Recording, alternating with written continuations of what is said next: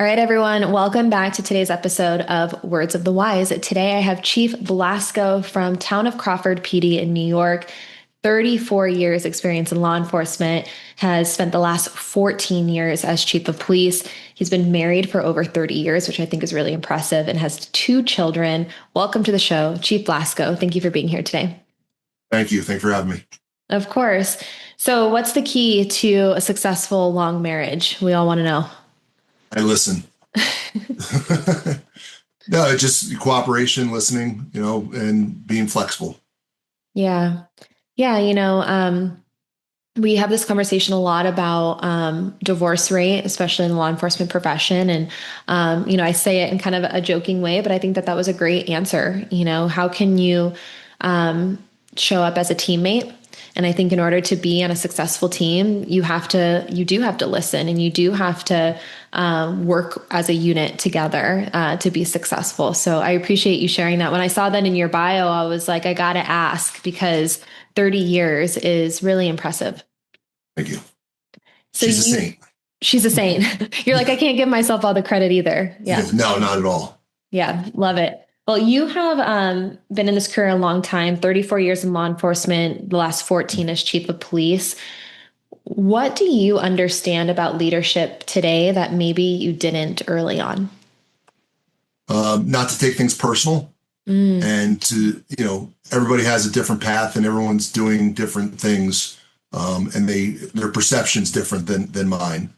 And their commitment is not as sometimes what I think what it should be or what I would do, and then realize it's just different. And I think that's the biggest thing I've taken, is that everyone's different and you have to adjust accordingly. Not taking things personal is really hard. Yeah, very much so. Yeah, I've struggled with that a lot. I think that when you love what you do and you're passionate about what you do and you put so much time and energy and effort into the things that you do in your career, it is hard to separate that and to not take things personal if, someone doesn't maybe appreciate it, or if someone maybe doesn't care for you, because we all know that, we're never going to bat 100.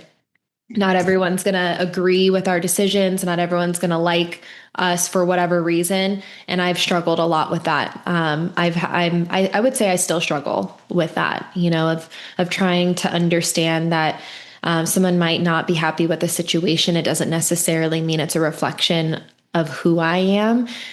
How were you able to develop that skill? Was there anything specific that you did that helped you to not be able to take things personally?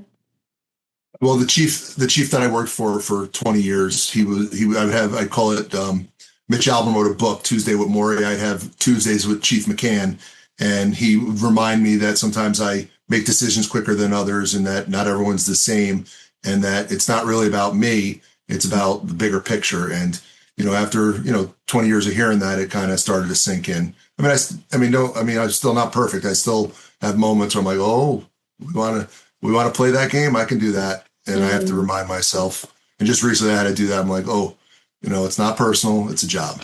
Yeah. Yeah. That's interesting. I was having a conversation earlier today about the importance of reinforcement. And for you to say, yeah, now 20 years later of hearing the same thing, maybe now it's starting to stick. And I think that it is important to constantly reinforce the behaviors that we hope to see within ourselves or within others. And sometimes we do need years and years of reminders to finally, start to implement those things in our lives. I also like that you said everybody's different, because I do think we have our own track minds, our own ways of doing things and the way we see the world. And I used to also be I'm not going to say that you're judgmental. I used to be super judgmental when if someone did something that was not my way, I'd be like, why are you doing it that way? Or why does this affect you? It doesn't affect me, and I had to learn over time, maybe through age or maybe through experience, that just because someone doesn't do things like me doesn't mean that it's wrong. It's just another different way. And I've had to try to understand, how can I learn from that so that I understand all the different ways that things can be done. And maybe there is a better way, and I just didn't know. And so it's a process and it's difficult. and every moment's a teaching moment. Like I Mhm. was one of my favorite shows, Ted Lasso, and his saying is, don't be judgmental, be curious. And I'm Mhm. like, huh, that's a good way to say, don't think you're better than everyone else, and just listen to what their things are and inquire. Yeah. It's interesting. I've had quite a few people bring up that show. I'm going to have to watch it at some Oh, point because it sounds yes. like it's something that's good. But I think that being curious and being inquisitive and having a learner mindset is something that we kind of lose as we get older. So I like that of like being curious and almost like, and I don't want to say childlike in a negative way, but I think when we were younger, maybe we didn't have a lot of fear or barriers to be curious and to try new things and to like, try to understand, different ways of learning and doing things. And as we get older, I feel like we kind of confine ourselves in these little boxes, whereas when we were younger, we were maybe more open to doing those things. Yes. Yeah. And that's what especially being in my position as long as I have and as many years, and most of my full-time staff and my department's broke down into full and part-time is much younger than I am. There's a huge gap in age. Mm.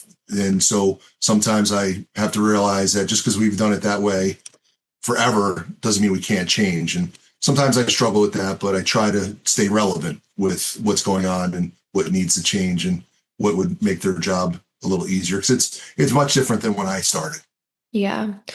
Yeah, and I think that the word change can be scary for a lot of people. I think change means that we have to step outside of a comfort zone that we've worked so hard to build. We all want to find those spaces where we feel safe and comfortable and we feel like an expert in certain ways. And I think the word change sometimes gets a bad rep. I think that change is necessary for growth and forward progress and for us to evolve as people. We have to be in flux. We have to be able to grow. And I always think of like the crab. Have you heard of the crab where they're like the crab has to outgrow its shell in order to like, and it's not necessarily a bad thing. Sometimes it can be a good thing, but I think that that word change can be scary for a lot of people. One thing that's been consistent in my long career is that everyone demands change and then they complain about it when we get it. So Yeah. Yeah. And I think that's an important reminder because, the expression where it says the two things that police hate the most, it's change in the way things are. mhm. Yep. And I think that oftentimes we have to ask ourselves, are we a part of that? 100% we are. Like, are we a part of that problem, or like, are we the ones that are demanding change and then complaining about it? Like, can we take some maybe self assessments and accountability in those things? Because if those things are true, then that means that a lot of people are participating in that behavior, and so how can we bring awareness around that, and then we can all individually kind of ask ourselves, like, are we a part of the problem, or are we a part of progress? And I think we all have a role. And I think sometimes initial change is we get the complaint, and we have it with just some equipment stuff, even our records management.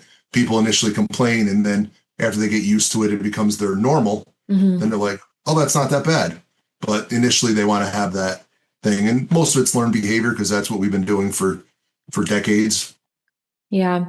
Yeah. It's interesting that you bring that up. So, I've been doing research to try to understand exactly what we're talking about. In terms of buy-in, and kind of knee-jerk reactions to things. And we all know, and there's so much research to suggest this, that if you ask a yes or no question, the knee-jerk reaction is always no. Like we are like Yeah, wired to say no. Sometimes before we even hear like the whole sentence, it's just like no. And for some reason, like that is just, our default. And so there have been a lot of studies on like how can we reframe our questions to encourage more of almost like a pattern disruptor for people to not just have a knee jerk reaction and say no, but to maybe step back and consider, if they want to say yes or no.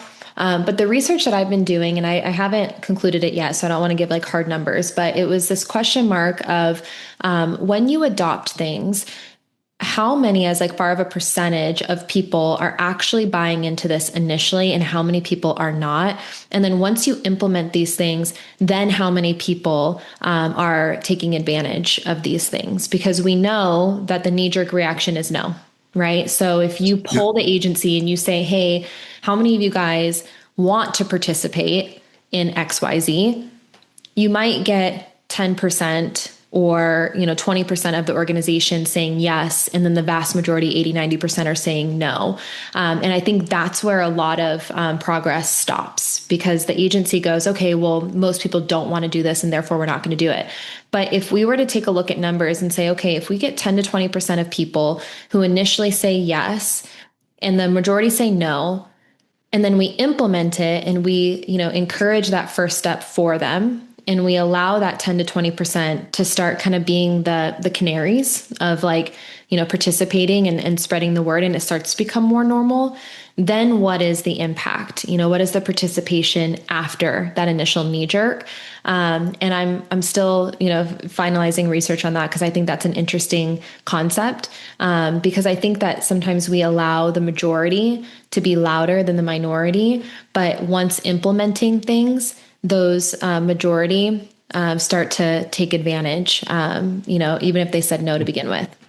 I don't know if that I made think any part sense. of Yeah, it did, but I think it's how you sell it. Whatever, you got to sell it to get the buy-in. And I've learned more and more as time comes in.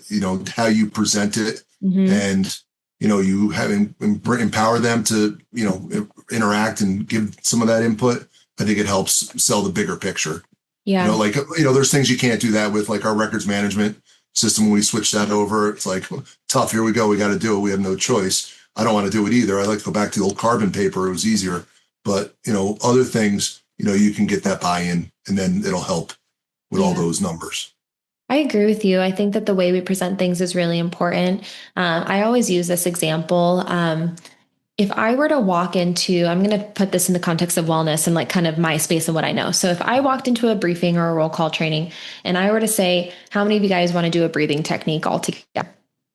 How many people do you think are going to raise their hand? Like zero, maybe a couple, like depending on the agency and if it's something that's familiar, but probably very few are going to raise their hand and be like, yeah, we all want to do that. But if I were to walk in and say, hey, how many of you want to sleep better?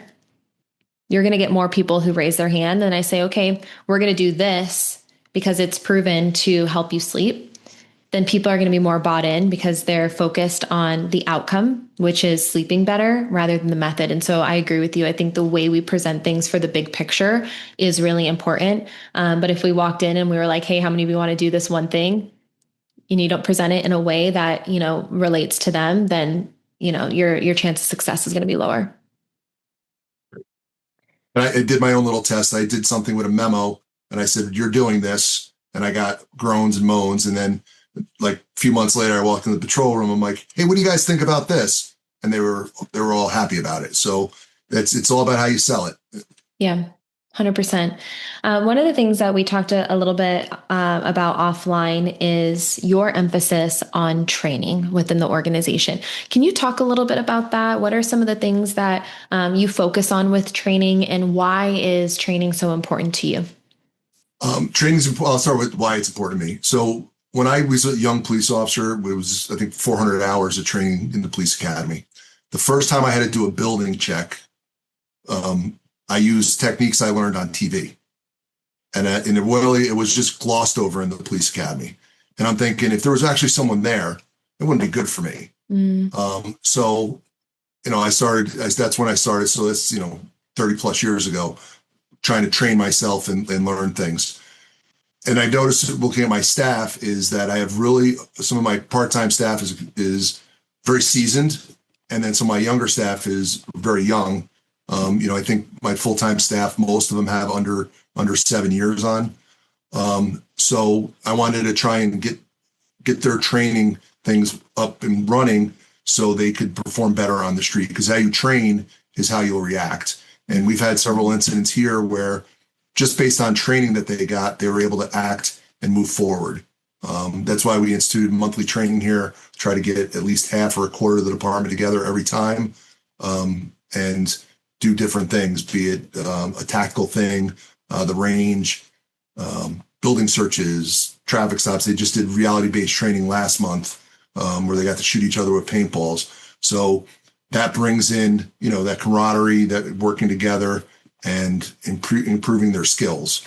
So, so that's it. The reason why I got so into training was because I felt that I was trained okay, but I thought there was so much more that we could attack and get me in the right spot. Yeah. What is that saying? They say you don't rise to the occasion, you fall to the level of your training, something like that. Correct. Yep. Something like Um, that. I have heard stories about people like you who started, 30 plus years ago and were kind of just tossed the keys and like, good luck, kid. And how terrifying is that, to have Uh, to like learn boots on the ground where you really feel like you are not equipped with, the appropriate training and information and tools that you need. it's interesting. Yeah. So I started in a different department and we did a little bit of field training. The field training officers, one of them was, had I think less experience than I did, and I just got out of the academy. So I learned stuff, but not much. And a few months later, I transferred here to the town of Crawford. Luckily for me, I grew up here, so I was able to leverage my relationships to, learn on the job, so to speak. I think I had one day of field training when I transferred into the town of Crawford. So after maybe 6 months on the job, if not less, I came here and I had one day. Mm. So yeah, it was scary.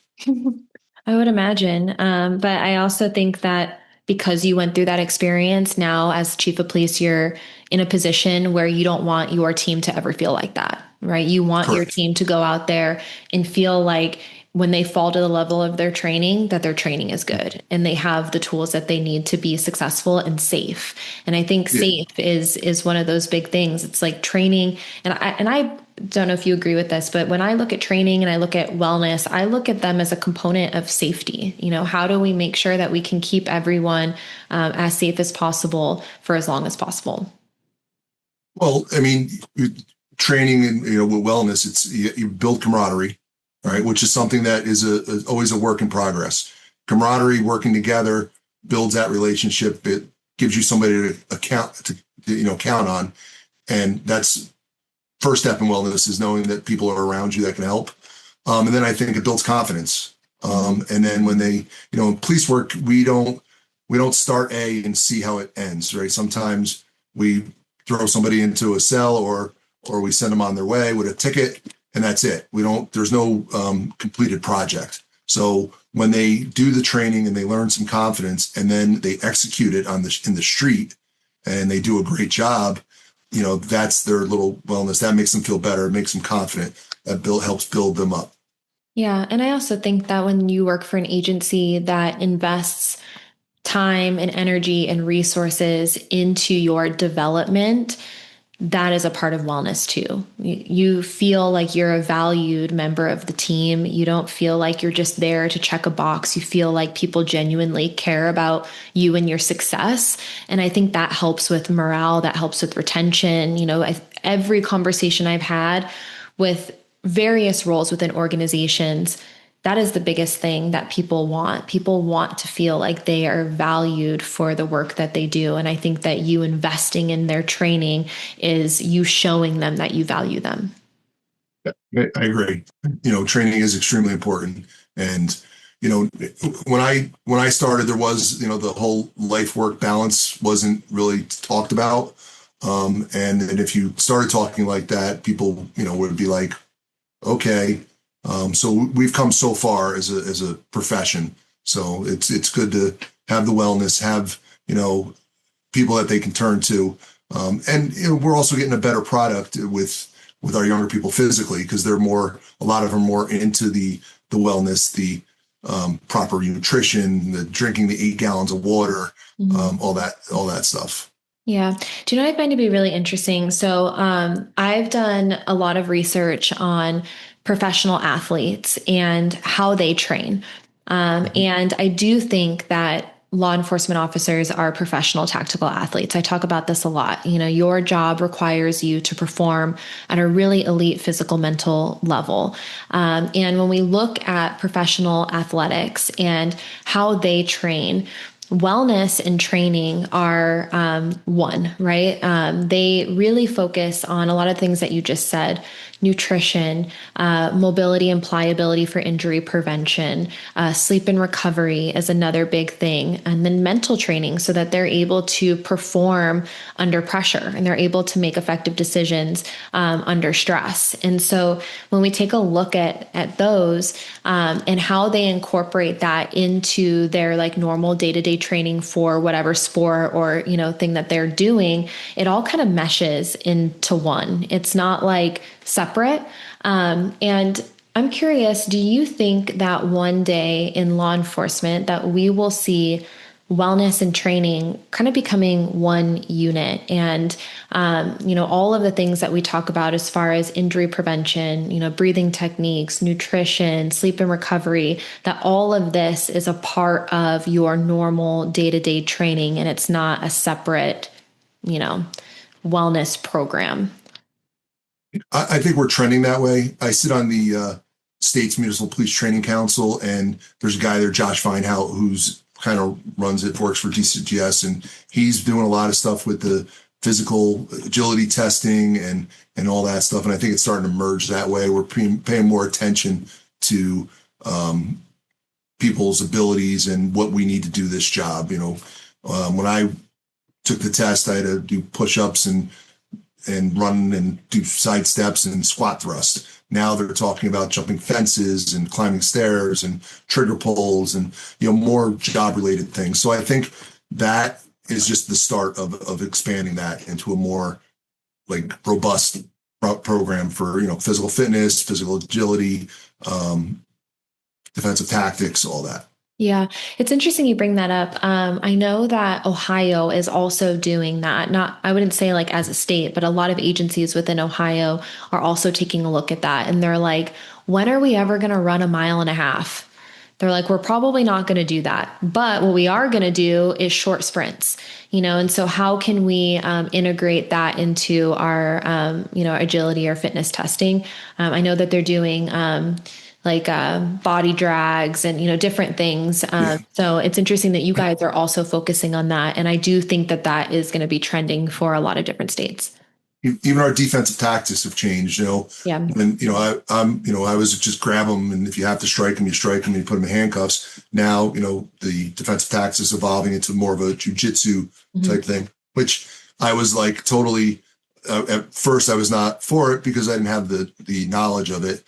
My son is a big into jiu-jitsu, and I thought it was all about chokeholds, and it's not. There's some good manipulations and stuff like that. So, that's where we're trending, and I think it's part of a bigger picture. I think we're behind the times a little, but we're trying to get there.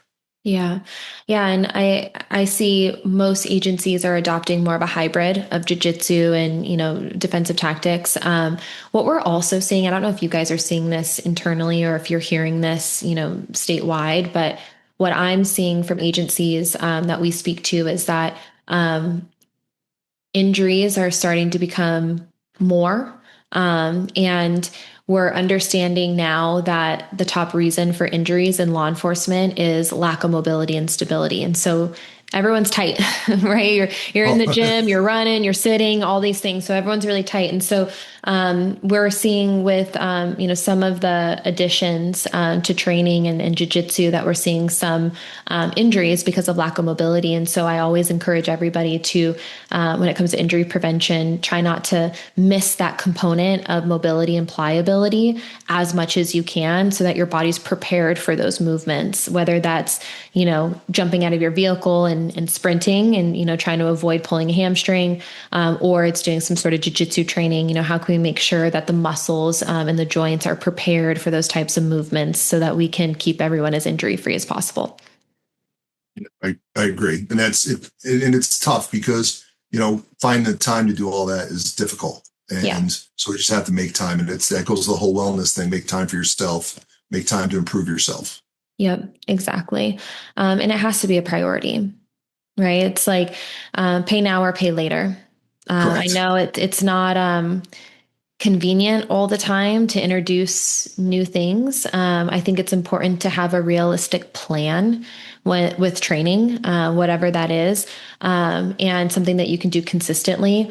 But it's like, would you rather, be inconvenienced 3 days a week by doing a 15-minute mobility, before you work out or before your defensive tactics, or would you rather pull a hamstring and be out?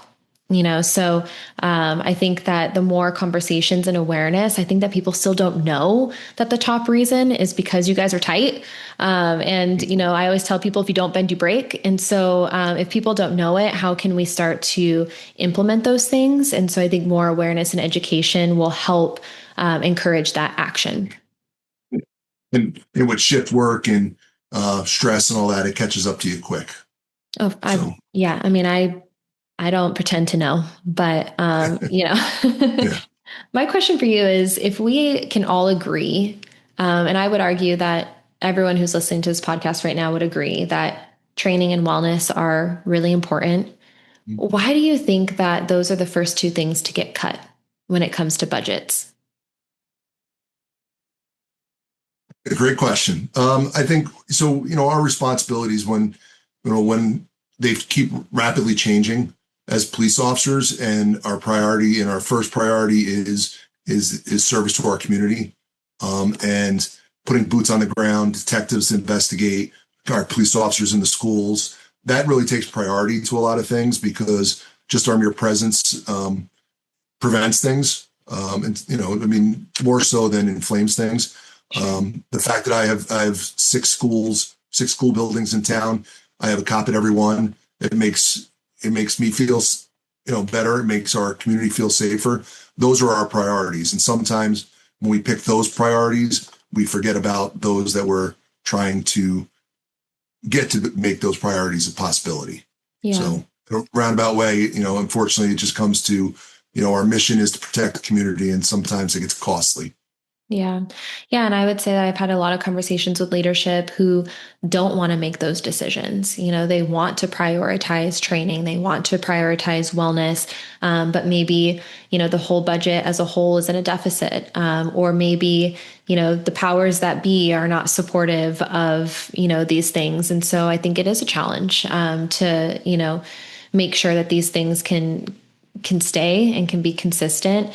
And my hope is that through, these conversations, because I don't think it's leadership that we have to convince that it's important. Every chief I've talked to agrees that this is something that's a priority.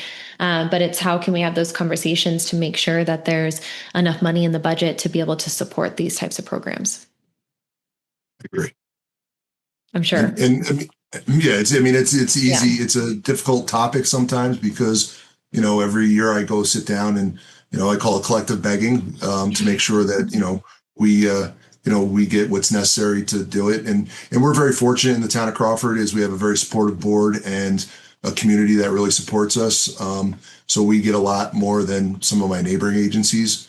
But we take the ownership for it, but also the individual officers have to take the ownership too.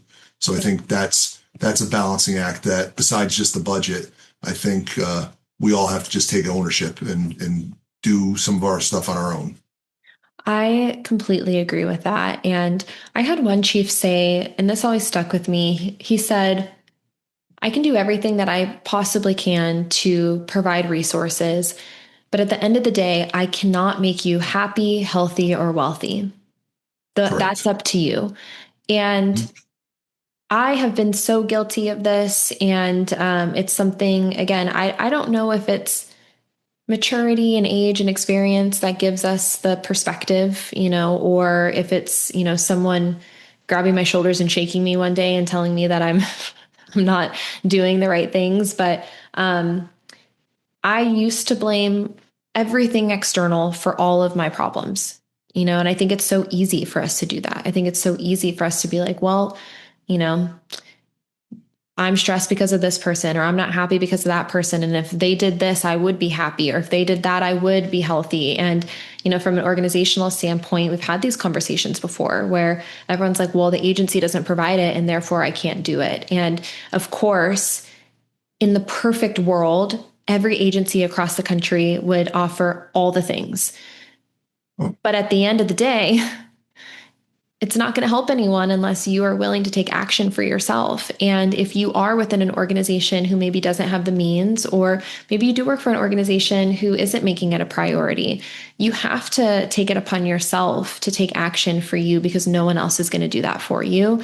And I think that it took me a while to realize that I am responsible for my happiness. I am responsible for my health. I am responsible for my finances. No one else can do that for me.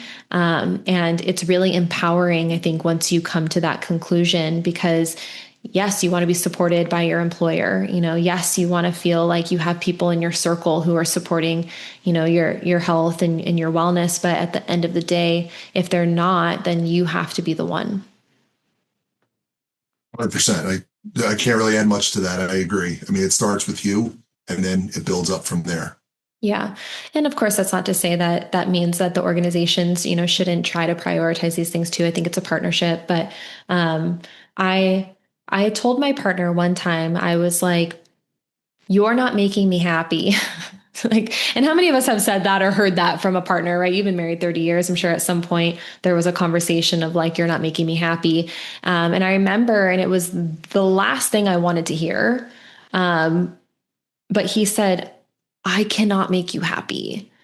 He's like, I'm trying everything I can to be the best partner. He's like, but at the end of the day, like, I cannot make you happy. Like, you have to make you happy. And I remember being so annoyed by that answer. But then later, after everything calmed down, being like, he's right. Like, at the end of the day, like, we can't lean on anyone to make us happy. And based on my experience, obviously I've been married 30 years, so there's a lot of give and take and stuff like that. But based on the thousands of divorces that and marital disputes that we've dealt with over the last 30 plus years, it all starts with the individual. If you're not an individual, you can't be a couple. And I think you have to take ownership for yourself, and then you can definitely move forward on sharing yourself with someone else. 100%. My final question is, for the younger generation, I know you and I talked about, some of the things that maybe you experienced throughout your career that were difficult, maybe having some moments of, wishing that you would have had, some of the training, early on. But if you could go back in time and you could speak to your younger self with all the knowledge that you have now, what words of wisdom would you share? It's a career, not a crusade. From day one to the end, your dash in between is extremely long. So remember, it's a marathon, not a sprint, and enjoy that marathon. There's a lot of things that go on, and there's a lot of great things I've seen and done and partnered with and people in my 30 plus year career. So notate that, enjoy that. There's a lot of bad things I've seen, a lot of things that have really, I want to say, dampen my spirit and stuff like that. But that's individuals that have done that, not anything that I've done. Just this horrible things that we've seen here.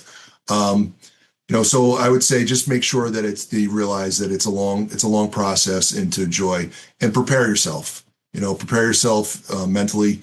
Prepare yourself physically, training. Don't count on anyone else to do that. It has to be you. But also prepare yourself for your future. Make good financial decisions. Not everyone needs a boat when you have a year on the job. Not everyone needs a brand new car the second you got it. For two reasons. One is you got to make sure you're financially stable, and number two is if you have an old car leaking oil in the parking lot, it's good for contract negotiations because up front thinks you have no money. So, I would say that definitely prepare for tomorrow while you're in the beginning. Again, I said earlier, don't take anything personal. It's not worth it. You'll have those moments, but just remember everyone else has a different thing. Not everyone likes the police. Not everyone wants the police to help. Not everyone wants help, period, from anyone. And find people that aren't police officers to kind of keep you balanced on what the real world does. We can get very jaded as police officers. We can get very pack mentality type thing. And sometimes, that's not good for us. It's not good when we get out there. It doesn't round us. into a better person by just sitting there and, it's all about the cops, all about the cops, all about the cops. Thank you. Yep. Thank you for your time. I really appreciate you coming on here and talking with me about training and wellness. I really appreciate it. Thank you. Thank you for everything. Of course.